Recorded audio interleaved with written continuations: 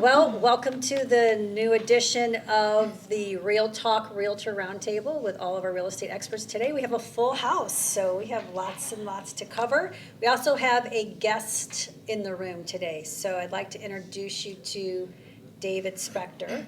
He is with Choice Home Warranty, and home warranties have always been a topic that has either been a love-hate, I think, type of situation, depending on your experience with them in the past, and to be frank, our experience with them as agents. So we've got David on the hot seat today. Let's do We'll it. try not to roast you too bad, because there definitely are some positives and upsides to home warranties. So let's just kind of jump into, we'll give you the spotlight to start, and let's have you explain to our audience of what exactly is a home warranty, how is it beneficial, and who usually is interested in a home warranty? So many questions, but I we will know. answer them all. I can handle Yes. it. I can handle Yes. it. So am I looking at you guys? Are you my audience, or is that my audience? Both. Or I'm just Yeah. everybody's the audience. Everybody. All right, fair enough. So David Spector, Choice Home Warranty. So as far as what a home warranty is, it's meant to cover the systems and appliances in a home that fail due to mechanical normal wear and tear issues. So AC, furnace, plumbing, ductwork, water heater, electric, and appliances. So washer, dryer, fridge, and a laundry list of things. I'm not going to rattle off the other 25 things I could rattle off, but the systems and appliances that will fail. So the odds of something actually failing first year are 68%. 68%. Okay. So more than likely something is going to fail. It's just a matter of how much is it and what is that issue. And if you think of your clients or your personal home, I'm sure we could all probably agree. I mean, that's a high percent, regardless of inspection report. So that's the importance of home warranty. So unless that homeowner has a pile of money set aside, they kind of need a warranty to offset the cost that they're going to probably encounter. So that's the value of a home warranty. A value from a warranty from a seller perspective is they're going to sell the home faster, 10.73 days average, faster. If you advertise the warranty in that MLS and say, hey, it comes with a home warranty, it provides peace of mind to that buyer saying, okay, well, there's some protection, has older systems, we're not going to ask for that during inspection, we can't ask for a credit on an old AC because they're giving us a warranty. And it works the same way for negotiation tools for agents. Old systems, old AC, 25 years old, no issue. They're able to get that warranty in place, and we'll cover that AC versus issuing a credit to accommodate that old AC. So are home warranty policies typically thought about only when buying and selling, or for the most part when buying and selling? Or is it something that just, somebody's like, hey, I'm living in a house for 10 years, I think I'm gonna pick up the phone and call That around and happens. see if I can get a home warranty? That happens almost every single day. Okay. Actually, as a matter of fact, what's interesting within Choice, and we're a nationwide company, second biggest warranty company in the country, so we have a ton of volume. We were number one last year in those policies sold in St. Louis and the surrounding area. Okay, so outright selling, not having anything to do with the purchaser. Correct. Sale. Except I would say have them call me directly, because a homeowner who decides one day, okay, my systems and appliances are getting old, I want a warranty to protect myself, have them call me because we can get them this real estate policy, even though they're not going through a real estate transaction. Okay. So if they know an agent. Typically, if I remember correctly, they would Right. be either not available or more expensive. And totally different, not even this Yeah. policy. Okay. It wouldn't cover rust and corrosion, it wouldn't cover sediment and calcium buildup for a water heater. It's not gonna cover unknown pre-existing for AC, which all these things are huge, and I can rattle off a laundry list of things, but they are eligible for this. Just make sure they contact me directly and get them set up properly. Okay. Yeah. Good to know. So, So we're going into summer now, and we've had people come in the past and give us this Freon discussion. Right. The older units, Yes. Freon cost versus the newer ones, and how does that work with you guys? I'm glad you asked because I love that question. so let's educate the consumer on what exactly we're talking about. Looking straight at these guys. Yes. Got it. So What's Freon. going on? So Freon, or R22 is the technical name. It's a type of refrigerant that makes that AC run, right? Like gas for a car. That's what's actually running that AC. It's being I shouldn't say it's being phased out. It already has been phased out. So it's illegal to manufacture Freon, but it's legal to put into a system. So right now it's supply and demand. So it's out there Till it runs out. until it runs out. So what's going on is the price of Freon is getting more and more expensive as the supply dwindles. So from a warranty perspective, it doesn't, if a compressor fails, and the compressor is what's inside of that condenser. The condenser is the outside unit, all right? So if that compressor inside that condenser fails, we're typically, over 75% of the time, we're not replacing that part. We're replacing their entire system because it's not cost effective to put Freon in that system and replace a compressor. It's not cost effective for the labor or the refrigerant. But here's the kicker. You replace that condenser What about that A coil in the home? You also have to replace that A coil to match that new condenser. Because we're going to put in, not getting too logistical, but you asked the question, we're going to put in a 410A or Puron ran system. So we're going to put in the new type of refrigerant, the new type of system. But if we put that in for a new condenser, a 410A Puron condenser, you need a 410A rated A coil. And so that's what we would do. If you have the choice ultimate policy, if we replace one, we're replacing the other, even though there's not a mechanical malfunction. We're doing it for compatibility, but we do cover that, and we do cover Freon at 100%. So if there's a leak, small tiny leak, we would cover that. If a buyer is looking at a house that has an older system that runs on Freon, Right. maybe it's in working condition, is it a smart move to add a home protection plan? Because if that unit goes out, like the likelihood of needing a full replacement versus a repair is that, It's very high. okay, so Yeah. it's much greater. 110% they should. Because if they have an R22 system, they typically have an older system. It's just, when is it going to die? And if it needs to be repaired, the cost, if it's a refrigerant, is going to be excessive. And you're saying with, at least with your company, a home Correct. warranty on that is going to up their chances of getting a replacement instead of a repair. Correct, but either way it would be covered, assuming it's normal wear and tear, normal leak just happens. We'd cover it even if we had to pump refrigerant in it. But if it's a 1-2 pounds, we would use leak stop and then put the refrigerant in. But if it's over 50% of a leak, we're looking at replacement if there's a severe leak. Okay. And they're getting the new rated system. And that's the choice ultimate policy. So us as agents, how would we know that unit? Is it by age? Does it say on the, like the serial number on the, you know? That's on it the right there. unit, or- On the data tag, Okay. there's like a little sticker or metal plate Okay. on the unit. It'll say what it's rated for. It'll say It will. R22, Okay. 410A. Yeah, so you can just look at that sticker. And the inspection typically notes it if it's R22 because it's a big deal at this point. But yeah, But before inspection, we're listing a home. You can That's see that. good advice to give to the seller because you'll cover 6 months of the seller's coverage, right? correct, up to 6 months. Yep, yep. And no money due until closing on that seller's coverage. So let's talk about that. Have you guys have had, I'm sure you've had some experience, you two ladies have been in for a while, Laura, you've got some experience with home protection plans. Generally speaking, a seller can opt into a home protection plan at no out-of-pocket costs, really no commitment, right? Because if the house doesn't sell, they take the house off the market. That's true. They don't get a bill. But once the house does sell, then what happens is the warranty switches from some probably limited coverage for the seller, right? Less than It's the a buyer, different- correct, that is true. Different coverage for the seller. Right. During the time that you're selling your house, usually home warranties will have a list of items that are covered. Let's say something goes out by your time to sell your house, your stove stops working, your dishwasher leaks, those type of things.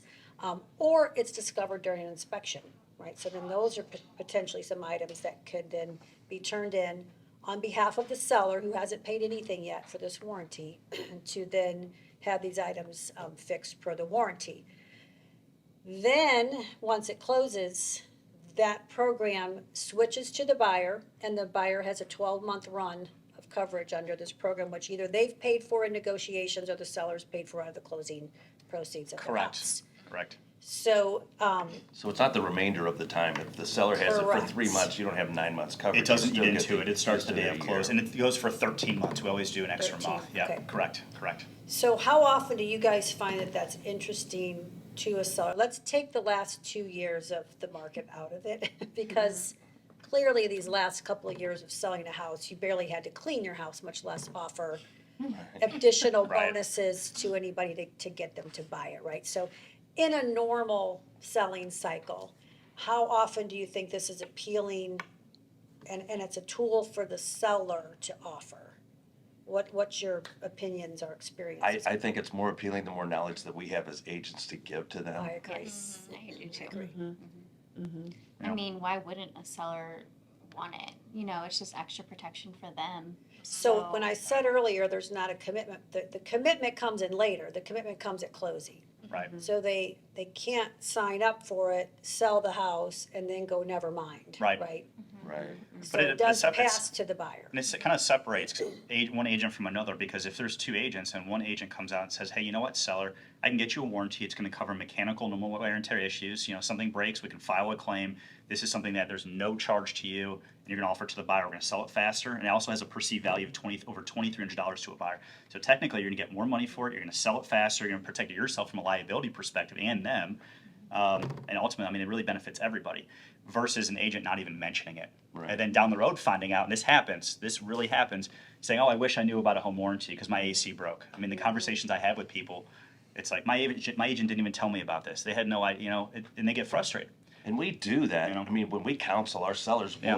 we'll tell them to spend $4,000 to $6,000 on staging, Right. and then not mention that for what is it, under $700? Yeah, it's $660 for the buyer, and you can get $0 You get full from the coverage seller. and peace of mind on the mechanical parts. Right, I agree.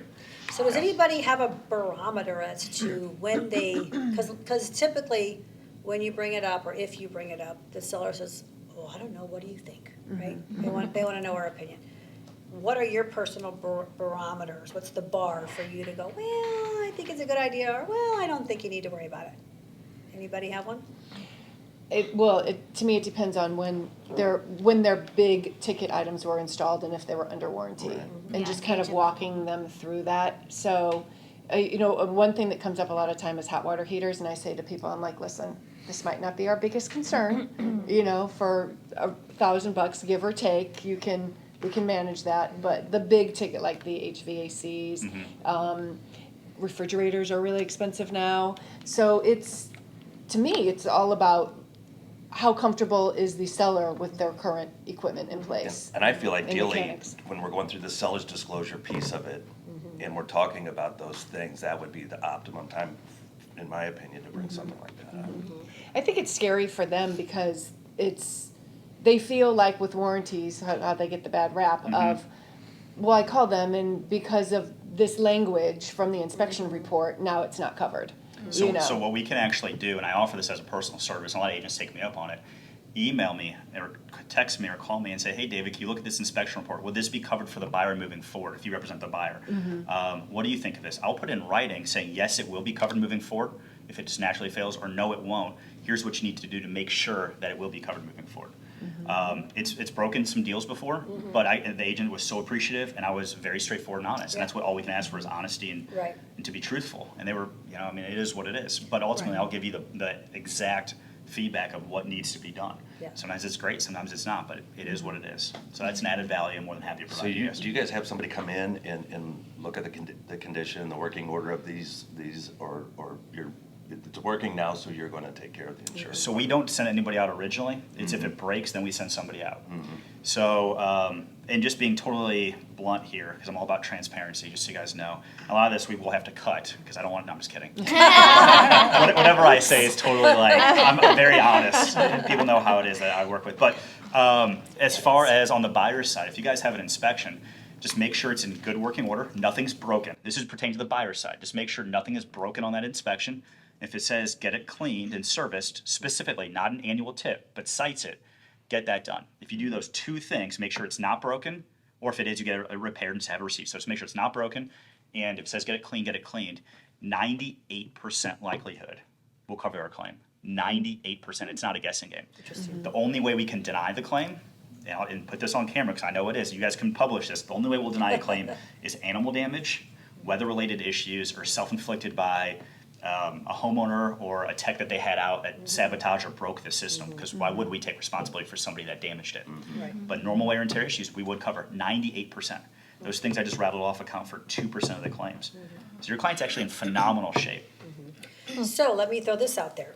Since we're talking about what the inspector has to say, perhaps it's a good idea that you do at least an inspection for informational purposes only, right? Versus waiving all inspections, because now it could, if there was a home protection, so let's say the seller says, hey, I'm offering a home protection plan, maybe that'll help buyers wade into negotiations with me waiving all the inspections, because at least I'm offering a plan, but yet the inspection plays an integral part It does. It does. of whether or not something's going to be approved on a warranty plan based on what you were just saying. But we're only, and just so you guys know, we're only going to ask for that documentation if a claim is filed soon after closing.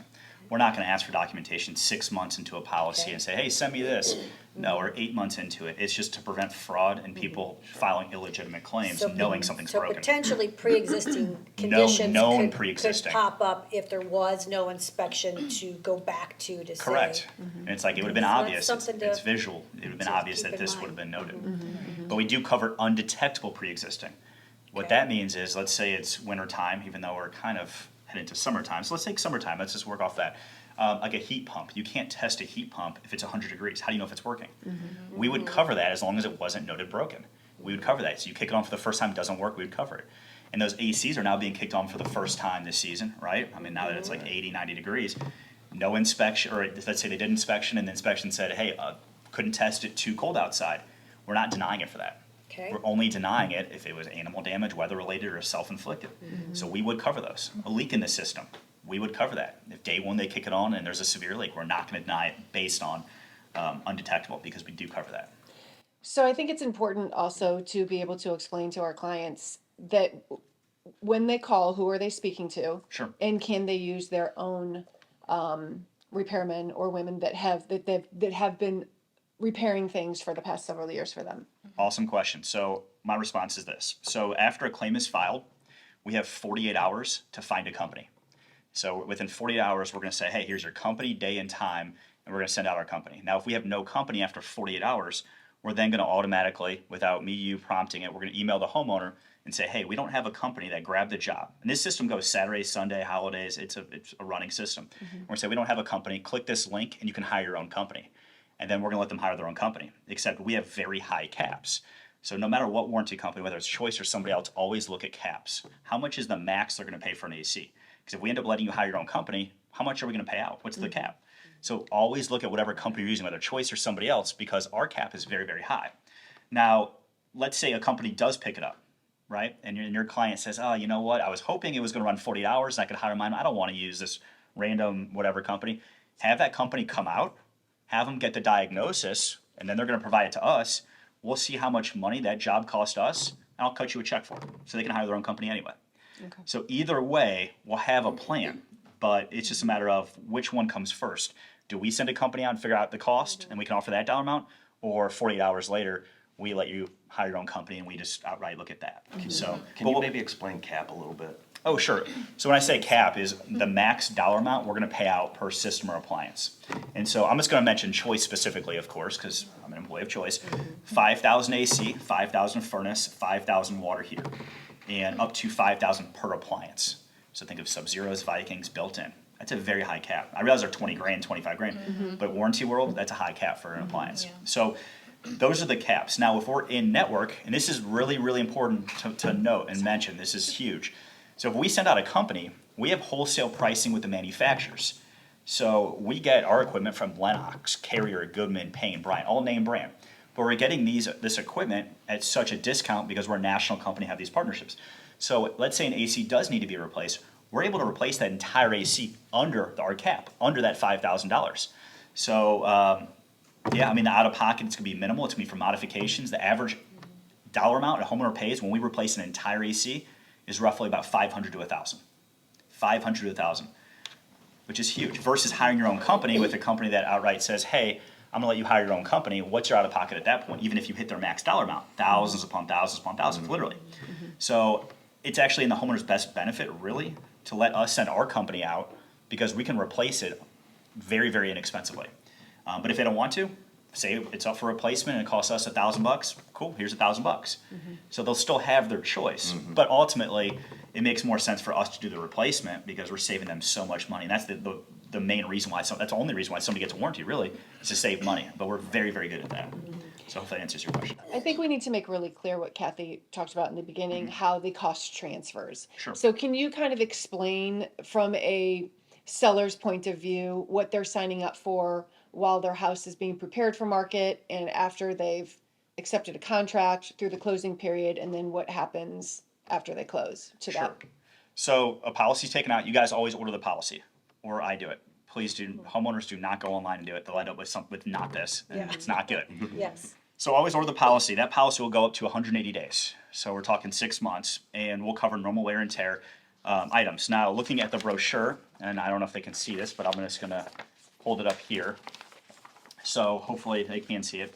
You pick which policy you want to offer the buyer, and it's going to mirror and cover your seller with that same item coverage. So if you go with the basic, you're like, you know what, let's give the buyer the basic policy. That's what your seller's gonna get. It's gonna mirror and they're gonna get the basic coverage. So it's important to know that right off the bat, because that's gonna dictate what your seller gets. Sure. And you can always increase or decrease, but that's how we do it. It's gonna mirror. Now, once again, I know I said this earlier, I'm all about transparency and I'm all about full disclosure because I don't like surprises and I hate when people put surprises on me and I don't want a phone call from you, so I'd rather tell you guys up front, right? Buyer side covers undetectable. AC you can't test, fails day one, we cover it if it couldn't be tested, right? Assuming it's in good working order. Seller side does not cover undetectable, which is really important to know. So on the seller side, when explaining seller's coverage to your client, it's gonna be, you take out the hypothetical, you take a policy out today, it's gonna be, and then let's say you file a claim in a week. Could that issue, whatever you're filing a claim on, could it fail between today and when you file that claim? Could that issue happen in 7 days? Say you file a water heater leak. Take out policy today, file a claim in 7 days. Could that water leak occur in 7 days? Versus the buyer side, it doesn't really make a difference because it started working and we cover undetectable. So seller side is a lot pickier because there's no guarantee we're ever going to get paid. So we have to have restrictions and things in place. So we're only going to cover what actually fails during that contract term. So a great example would be, let's say, So if there was some signs that there was water leaking before. we would not cover that because that would be pre-existing. Correct. So the biggest example I can provide is so there's two different seller policies. There's a $0 one, which excludes HVAC, or a $60 one that includes HVAC. So one includes, one excludes, right? And you add that to whatever the buyer's policy is. So say you take that out, and let's say you do inspection and there's a crack in the heat exchanger. I can promise you that didn't happen in the seller's policy, because that takes years to develop, a crack in the heat exchanger. Heat exchanger is the heart and soul of that furnace. It takes many, many, many years. Even the manufacturer covers it for 10. It takes, on average, over 10 years for that to fail. It didn't happen within 6 months. It happened way before. We would deny that claim.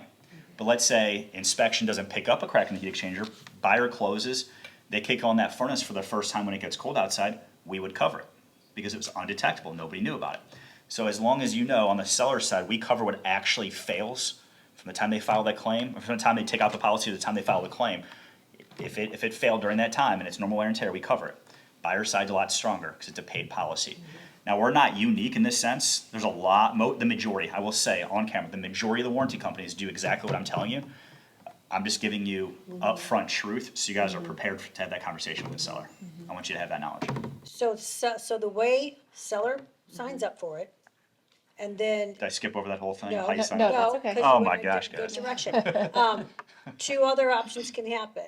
They don't sell their house, they don't pay for it. Correct. They don't sell their house and they made a claim. If they do not sell their house, If they don't sell their house and they take it off the market, but they made a claim on their dishwasher. $0 would be due.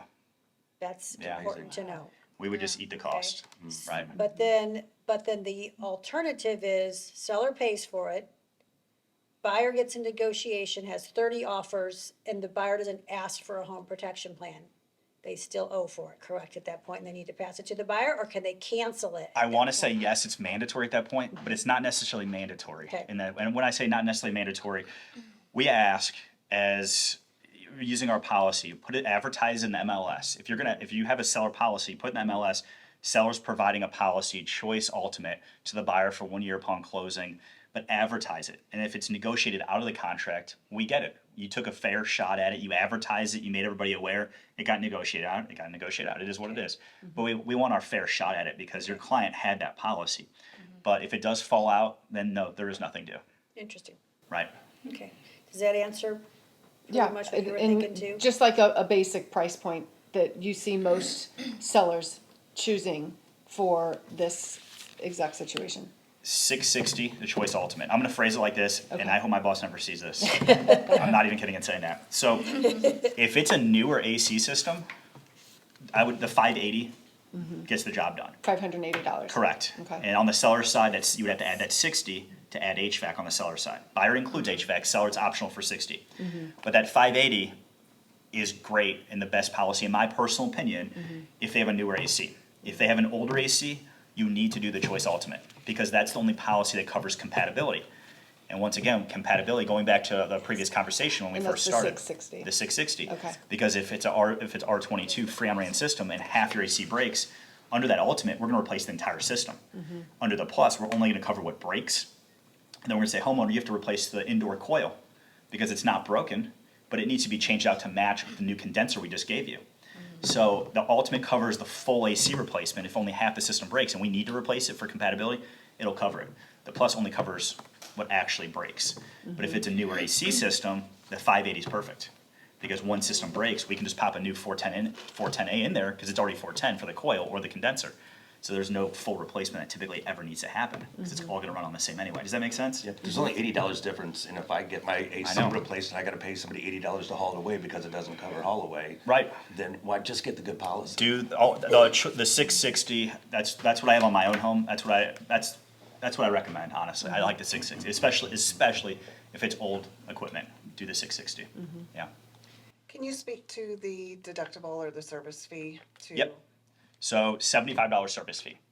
That is the cost, which is relatively low in the industry. If you guys are familiar, there's 46 plus warranty companies actually operating out of Missouri, and we're one of the lowest service fees. But $75 service fee, and it's gonna be per. It's hard to explain, but which sucks for me, right? Because here I am having to explain it. But it's per item, but sometimes items can be grouped together. So if it's say 2 faucets that fail, that can be under one claim. So it's one service fee. But if it's like a water heater and a faucet, that's 2 separate claims, even though it's still one plumber, just like the 2 faucets. So it's depending on if you can lump them together or if you can't. So to keep things simple, I always say just expect $75 per item. And if it's something that we can lump together, awesome. That's a bonus. We just save them extra money. Look at And it like that. service fee meaning to call you guys. Yes. Correct. That's the deductible. Not their Okay. person, because you have to, that's a whole different, If we end up Yeah. letting them hire their own company one way or another, let's say after 48 hours we say hire your own company, and their bid comes out to, let's say, $2,000, right? We would pay, and let's say the claim's fully approved. We'd pay $2,000 less $75. So in total, that claim would only cost them $75. okay, So no matter what, that said, whether we let them hire their own or not, we're always going to collect our 75 okay, for a claim. okay. Yeah, Do you offer policies for multifamily? we do. We do. I actually quoted somebody a duplex this morning, and I actually have another voicemail literally on my phone asking about a duplex pricing where their agent put them in touch with